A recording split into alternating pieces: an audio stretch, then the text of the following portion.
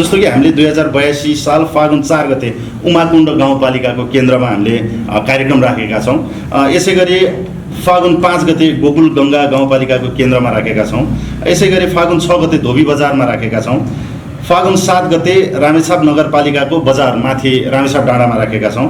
यसै गरी फागुन 8 गते सागुटारमा राखेका छौँ।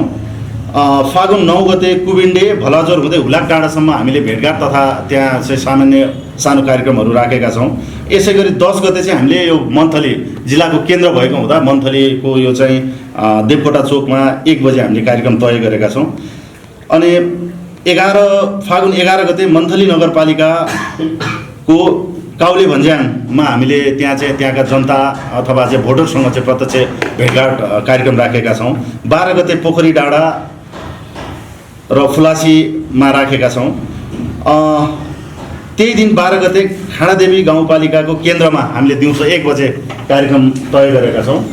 यसै गरी फागुन 13 गते गागल चिरङ्खुमा हामीले बिहान भेटघाट कार्यक्रम राखेका छौँ। फागुन 15 गते गाल्पामा हामीले एउटा जनतासँग प्रत्यक्ष भेटघाट कार्यक्रम तय गरेका छौँ। यसै गरी 16 गते हिलेदेवी सुनापति गाउँपालिकाको केन्द्रमा हामीले कार्यक्रम तय गरेका छौँ। र त्यहाँ हुँदै चाहिँ 17 गते गुन्सी भदौरे लखनपुर पुडीघ्याङका जनतासँग हामीले प्रत्यक्ष साक्षात्कार गर्ने कार्यक्रम तय गरेका छौँ।